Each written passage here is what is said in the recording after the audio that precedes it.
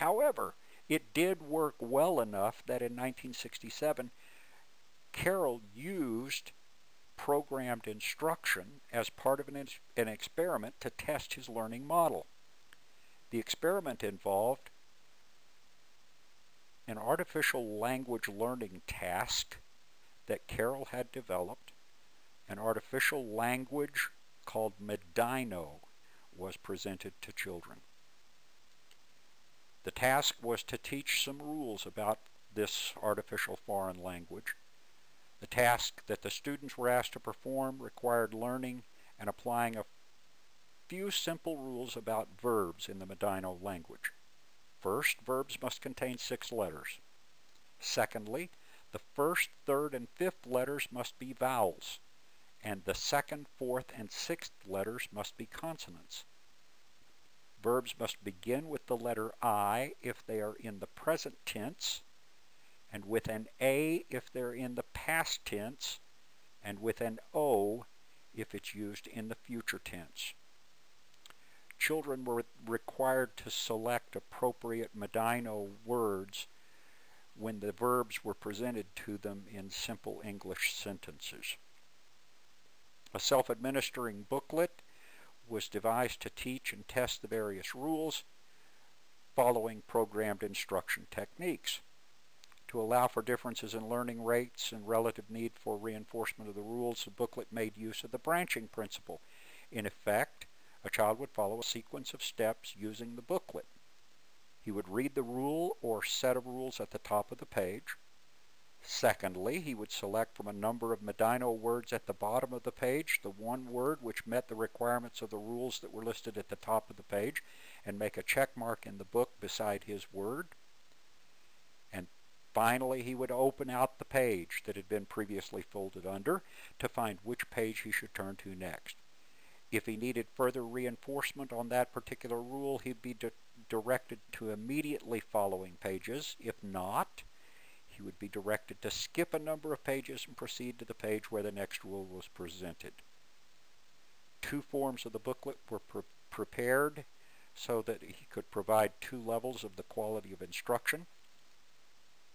In Form A of the booklet, each of the rules is presented and tested before the next rule is introduced. If the child selects a wrong answer, his mistake is explained to him on the page to which he turns.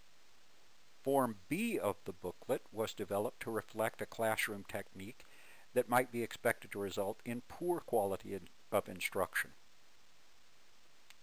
Too much material was presented at one time in a disorganized fashion, combined with an inadequate explanation of mistakes.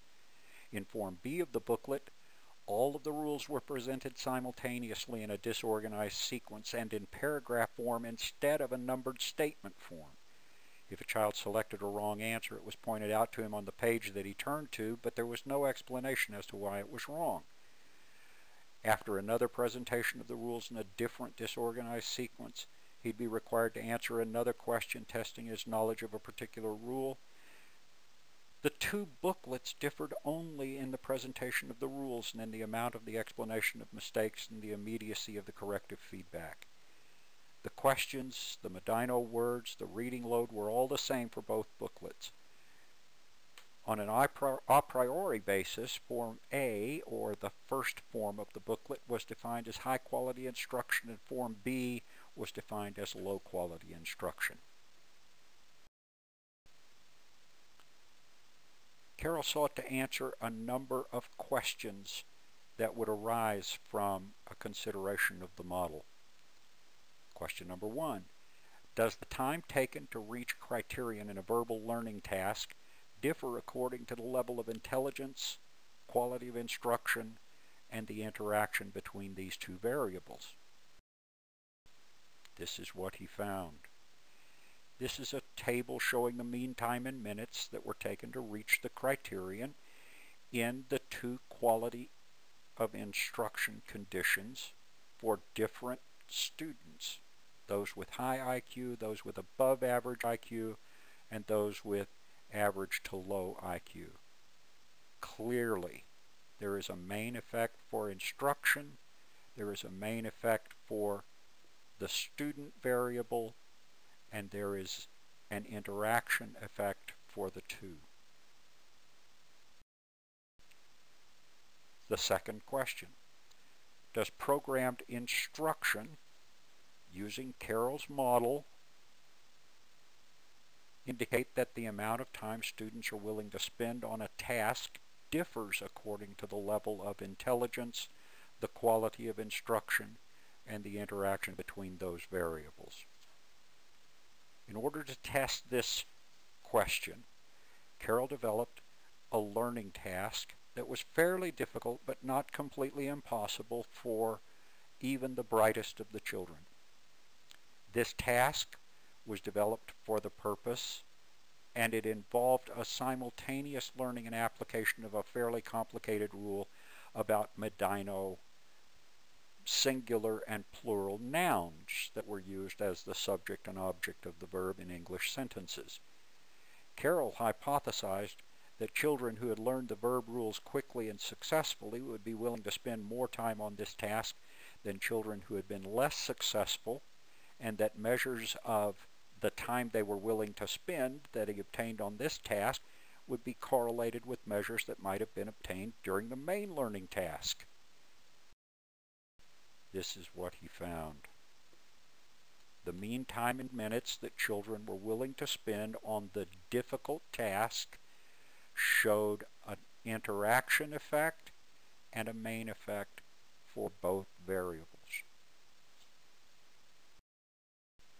A final question: what degree of learning is achieved by students of differing levels of intelligence under conditions of good and poor quality instruction when insufficient time is allocated for learning? Critically important given our discussion of academic learning time. This is what he found. In terms of the efficiency of learning in the unlimited time condition, in good quality instruction, all students achieved 100% efficiency. Poor quality instruction, levels of efficiency are lower.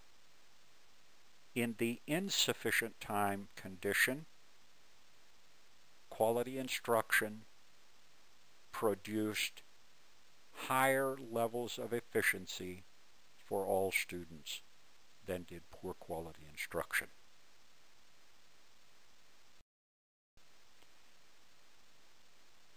Ryan will take up a discussion of how programmed instruction was improved with the introduction of computers that were able to maintain the contingencies that could not be maintained with books.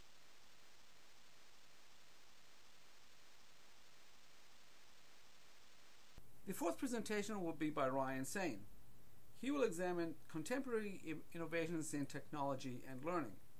The presentation will range from computer-based learning to augmented reality programs and technology. Sain will examine how these technologies and concepts, especially applied behavior analytic concepts, are applied to enhancing education.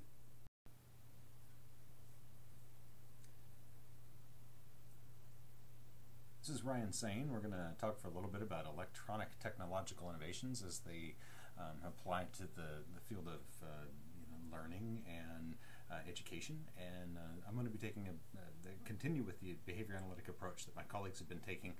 And we're going to look at some of the history that's happened in terms of the electronic approaches to this, and we'll conclude with going into the future and what may be coming down the pipe in the matter of weeks or even today, as you'll see with some of the examples in the talk. So let's move forward. All right, first off, we have a problem. The problem is, well, we have several problems, but we'll start with the problem of definitions. There's no real clear definition of what an electronic technological innovation as it applies to education is, right? So what you hear about a lot, especially today, are things like e-learning, right? That's today's buzzword. That's what we use a lot. You'll hear it in the field, you hear it in universities, you hear it in the private sector, the public sector, everywhere. You hear people talking about, ooh, e-learning, what is it, how is it done, and it must be the best way because it's new and it uses computers, and oh my gosh, we can do social networking with it too. Well, guess what? The problem with e-learning is its definition, and we could spend weeks going over all of the different definitions that have been proposed in the literature, but quite frankly, I like to do something a little different with it. I'm just going to propose a clean definition right now, and one that I think that we should adopt. It has some certain value in adopting this definition. It's tied in with what Dr. Kleanthus was talking about. So specifically, I think of e-learning as the use of technology as a vehicle for teaching. Right? The focus there again is on vehicle. Right? The technology itself is not going to do anything, and not without that core theory, if you will, or even, well, not without applying the research, without doing the teaching. Right? So without actually teaching a person, and we know what that is because we've talked about that before, and that then it's not going to help you. Right? A lot of people think that, ooh, if I just put my course online, then it's going to be a great online course. Well, that's not the case. You have to think about how are you going to teach with this technology. Again, the technology is just a vehicle. The technology changes every week, every month, every year, and if you think that's going to solve your teaching problems, you're wrong.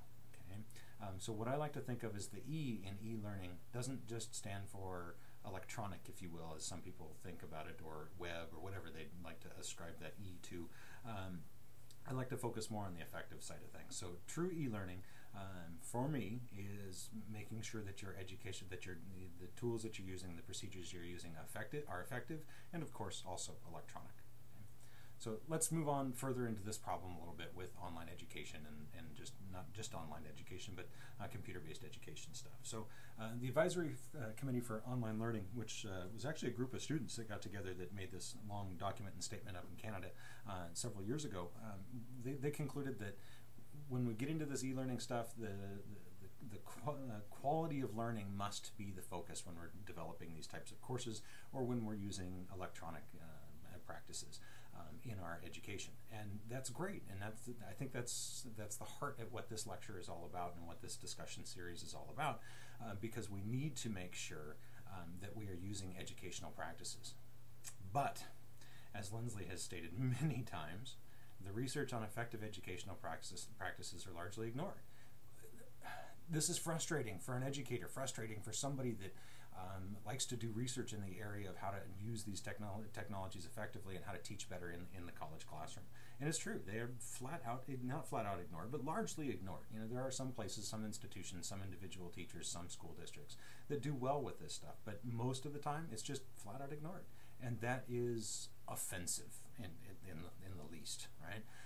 And on another note here, so Lindsley's saying that, okay, there's a large body of research that we should use, and that large body of research exists from, you know, the 1940s on, you know, but I've made a claim in the past that high validity research is missing from the field. And well, where is it missing? Because I'm saying that, okay, there's research out there and it's good and it's high quality research, but there's also some missing. What's missing is the high validity research using the technology. Right? And part of that is because the research is often done in an education sector, and as you might imagine, there's all sorts of problems with threats to validity in establishing a truly randomized experiment, and you get into quasi-experimentation and those types of things, and this is beyond the scope of this argument. But the point is that we need more research using the current and new technologies, but the research that's out there is overwhelming, and we can apply the technology that we have today, or we can apply the research to the technology that we have today. And that's kind of some of the themes that are going to exist throughout this lecture. So let's back up a little bit and go through a little bit of history.